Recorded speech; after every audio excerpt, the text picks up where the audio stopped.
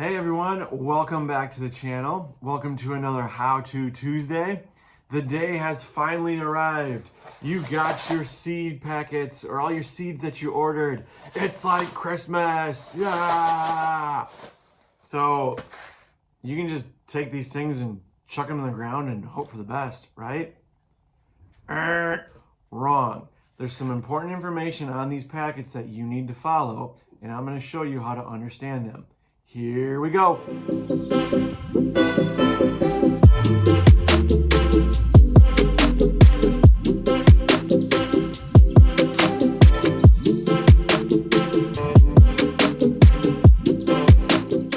All right, so I'm going to walk you through kind of the specifications that are on each seed packet. And there are kind of three different varieties of instructions with your seed packets. So, for example, we're going to be using our popcorn, so our Puffy Pop hybrid, a beet, and then our lunchbox sweet peppers that we have. We will start with our Detroit Supreme beets, and I'll give you a close-up of how that seed packet looks, okay? But you have the name of it, how many days until harvest, seed starting instructions, and then planting out instructions. We are going to be focusing on this top part of your seed packet today. So the seed starting. Now it says direct sow, and it just says as soon as the soil can be worked, okay? Beets, like radishes and peas and lettuce, are pretty cold tolerant. So as soon as you can get them in the ground and there's not a prolonged period of frost in your forecast, you can get these in the ground and you can start them growing. Again, they're a fast crop, 60 days. And if you look a little bit closer, it has on there germination and depth and all that type of stuff, okay? Germination 14 to 21 days. That's when you'll see those little seedlings start to pop up out of the ground with a soil temp that's starting at 55 to 70 degrees, okay? Depth, that's your planting depth. So that's the pretty important things that are on your seed packet right here. So that's probably the simplest version that you'll get if you get a cold hardy crop such as beets, like I said, lettuce, peas, radishes, carrots are like that as well. Moving on, you'll see this one is a little bit different. This one says for direct sow, as soon as all danger of frost is gone. And so what this means is you need to understand when your last frost date is, or your average last frost date. If you don't know how to find that, there's a link down below in the description to help you find that. I'll kind of go through a tutorial right here as I'm talking and as we go through it. You basically just log on there. It's a simple website. You punch in your zip code and it will spit out your average last frost date and your average first frost date.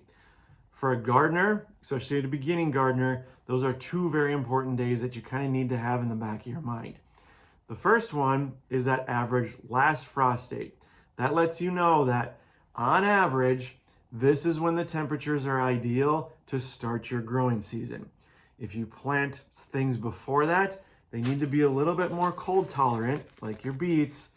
Otherwise, you're going to risk losing them because there could be a late season frost that could kill off all your seedlings and then all your hard work just goes to waste. And if you remember from a few minutes ago, I had another example of our sweet pepper, our lunchbox ones. This one, as you can see, it says we need to start this indoors.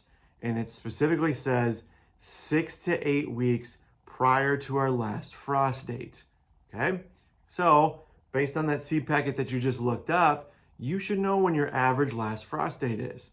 Now, what you can go back to is 6 weeks prior or 8 weeks, depending on what it says on your description, and you can start planting these indoors.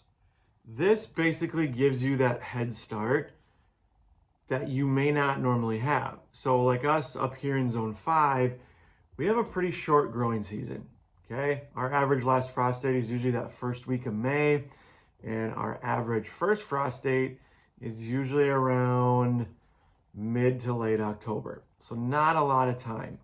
And as you can see, with these are 55 to 83 days. Okay, so that's about 2 months to 2.5, if not 3 months. But that's when you actually start them. So if I start these 6 weeks before my last frost date, I already have about 40 days, 30, 40 days-ish into their growing period, and I can get them out and I can harvest them sooner or get them in ideal conditions when it's a lot warmer out in the actual soil in the garden. With starting your seeds indoors, you kind of have to have a specific setup. It's a little bit more time consuming to get everything set up and going, but I'm here to help you. That will be in my next video, either next week or the following week, just to give you a how-to setup for indoor seed starting. So as you can see, just another step in the process as we inch closer and closer to our growing seasons here in 2025. I hope you found this video informational and beneficial for you on your gardening journey. If you did, make sure you give that a big thumbs up. Just helps my channel grow and gets this information out to either new beginning gardeners or existing gardeners like myself. Just trying to share as much information as possible to the gardening community. If you haven't already, be sure to subscribe to my channel. This is kind of my continuation of my how-to series, usually a how-to Tuesday. Sometimes they come out on Wednesdays, Thursdays, and Fridays. It all depends on my schedule with work and personal life and everything else. But I try to get these out as consistently as possible. It's kind of been a layoff here because I've been waiting for all of these to actually come in the mail to actually do this video. So I do apologize for the layoff on that. Look forward to seeing the how-to setup with your indoor seed starting. So grow lights, heat mats, and all that type of stuff coming in the next couple weeks. I hope to see you guys next time, and I hope you all have a good and wonderful rest of your day.